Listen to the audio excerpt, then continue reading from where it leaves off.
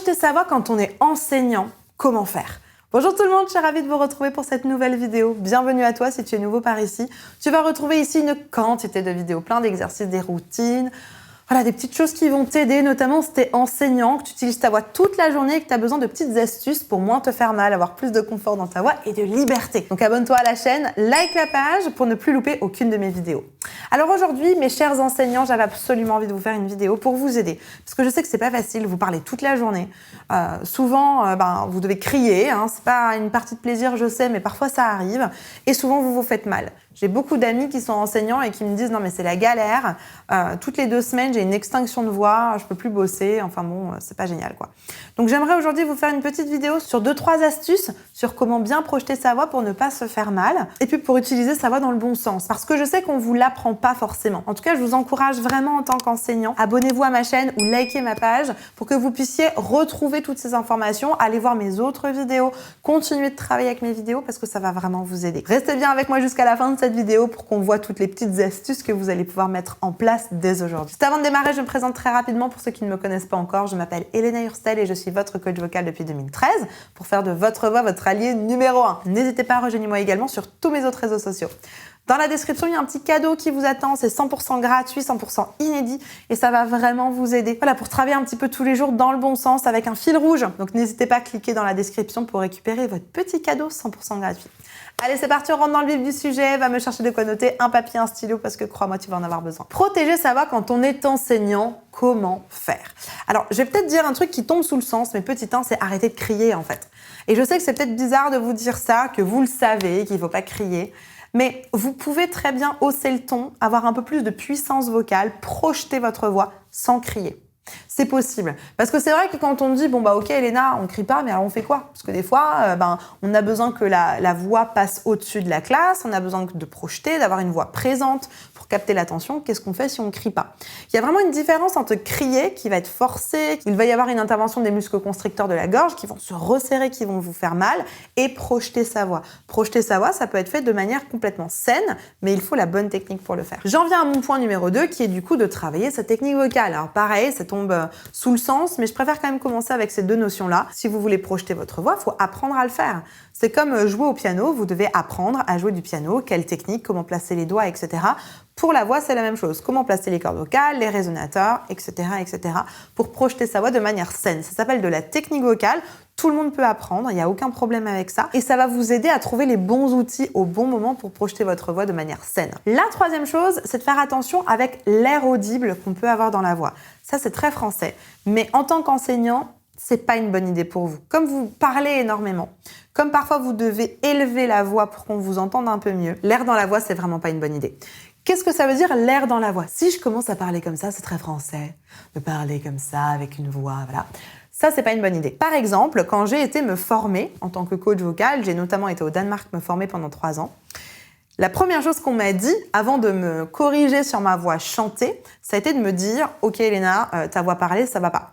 Ça va pas parce que si pareil, tu dois enseigner toute la journée, parler, ça va pas fonctionner, tu vas te faire mal. » Donc, très important, replacer correctement sa voix parlée en enlevant dans un premier temps de l'air. Donc bien travailler sur son soutien, bien travailler sur ses muscles du soutien et pas la respiration. La respiration, c'est juste l'air. Moi, dans le soutien, je vais avoir besoin de l'action musculaire sur l'air qui va vous aider à réduire notamment votre flux d'air.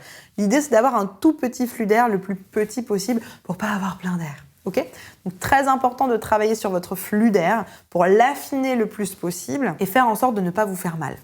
Le flux d'air, j'en ai fait une vidéo pour travailler ça, n'hésitez pas à cliquer juste ici. Ensuite, la 4e chose, c'est d'ajouter du twang. Le twang, ça va être vraiment super important pour protéger vos cordes vocales. Vraiment, c'est une technique qui fait un peu peur dans un premier temps parce que ça donne une voix un peu agressive, un peu sorcière. Et pourtant, c'est vraiment une technique qui va vous aider à placer correctement votre voix et à vous faire un peu moins mal. Naturellement, vous avez déjà du twang dans la voix. À moins que vous parliez comme ça. Moi, je connais des gens qui parlent comme ça et là, il n'y a pas de twang du tout. Mais naturellement, vous avez déjà un petit peu de twang qui colore votre voix. L'idée, quand vous êtes enseignant et que vous parlez toute la journée, c'est ce que je fais par exemple en masterclass ou aujourd'hui en tournage quand je dois parler toute la journée. L'idée, c'est d'en rajouter un petit peu plus. Essayez dans un premier temps de parler, par exemple, comme une personne, comme Edith Piaf ou comme les Tuches, qui parlent un peu comme ça. Alors, bonjour à tous. très bizarre et ça vous donne pas du tout envie de parler comme ça, mais essayez dans un premier temps. Alors, bonjour, Voilà, d'avoir une voix un peu plus texturée comme ça avec plein de twang. Ou alors de parler comme un Américain qui vient du Texas. Alright guys, how are you today? Yeah, I'm so happy to be here in front of you to speak with you. Alright. Voilà. N'hésitez pas à mettre plein de twang. Ça va vous protéger les cordes vocales. Ça va vous donner un boost naturel dans la voix qui va vous éviter de vous faire mal. Et pareil, le twang, j'en ai fait une vidéo. Je vous la mets juste ici pour aller plus en profondeur sur la technique. Juste avant de continuer, n'oublie pas de liker cette vidéo. Ensuite, pour projeter sa voix, il y a un mode qui va vous aider qui s'appelle l'overdrive. L'overdrive, c'est un mode de voix plutôt projetée. Et moi, je vous le conseille quand vous êtes enseignant. Si jamais à un moment donné, vous devez avoir la voix qui passe au-dessus de tout le monde, je vous conseille d'utiliser notamment les deux voyelles de référence de l'overdrive, à savoir le O et le E. Voilà, normalement, vous utilisez déjà ça quand vous appelez votre voisin. Eh, oh. Voilà. Si vous voulez le faire de manière saine, utilisez bien votre transverse, donc votre soutien, ici. Je relâche et je le ramène vers l'intérieur. Eh, oh. Voilà, j'engage ici et pas ici. C'est-à-dire que si vous n'utilisez pas votre transverse et son énergie, naturellement, le corps va venir chercher l'énergie dans la gorge ou dans la mâchoire. Donc pensez bien à relâcher la gorge et la mâchoire et j'utilise juste mon ventre. Et typiquement, quand vous voulez vous faire entendre dans la classe, plutôt que de faire toute une phrase en forçant ou en poussant, moi je vous conseille de juste prendre ce comme ça, tout le monde se tait, vous attendez, et là, vous parlez normalement. Mais c'est pas la peine de hurler pendant 45 minutes, d'accord? Juste de bien placer cet overdrive, vous croquez, vous engagez la mâchoire supérieure, vous accolez vos cordes vocales. Essayez ça.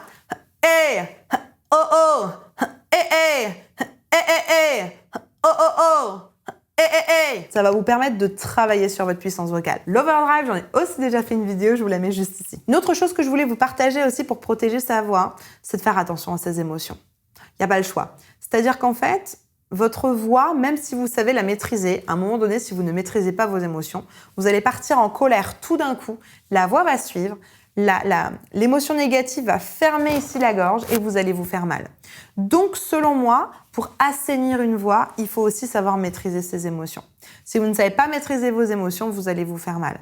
Quand je dis maîtriser ses émotions, ça ne veut pas dire les rejeter, ça ne veut pas dire être dans le déni. Au contraire, c'est les accueillir, prendre 2-3 secondes, souffler un bon coup et ensuite de continuer à parler ou de faire une pause si vous avez besoin. Mais attention à vos émotions, parce que si vous explosez tout d'un coup, c'est la voix qui va faire mal.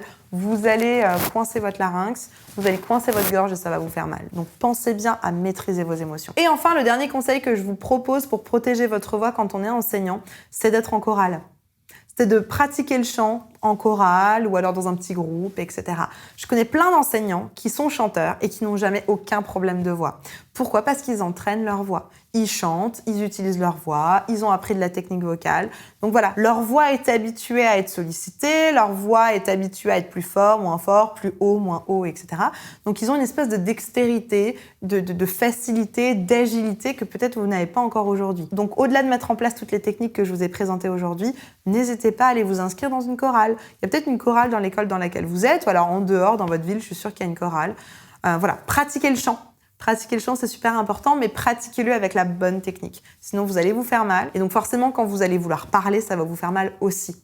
Donc, pratiquez le chant, mais avec de la bonne technique. Et si vous voulez vous former avec moi, si vous voulez commencer à travailler un petit peu votre technique vocale avec moi, dans la description, il y a un petit lien vers un quiz. Remplissez-moi toutes les questions de ce quiz, ça va vous donner une espèce de diagnostic.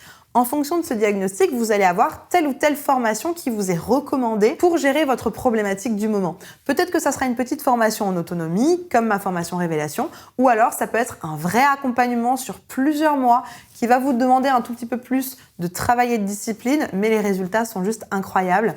Je vous remets les témoignages ici. Donc voilà, n'hésitez pas à remplir le petit quiz. remplir toutes les questions. Ça va vous donner une super formation pour résoudre votre problématique de manière efficace et durable.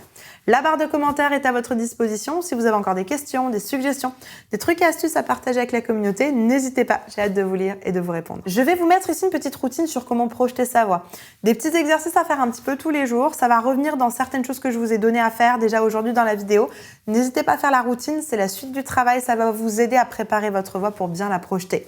En attendant de vous retrouver tout de suite dans cette vidéo, je vous souhaite une bonne journée, une bonne soirée. N'oubliez pas, likez la vidéo, abonnez-vous à la chaîne ou likez la page et partagez cette vidéo à un de vos collègues ou une de vos connaissances qui est enseignant ou enseignante pour l'aider à protéger sa voix. Mais n'oubliez pas, croyez en vous, tout est possible. À tout de suite, on se retrouve ici.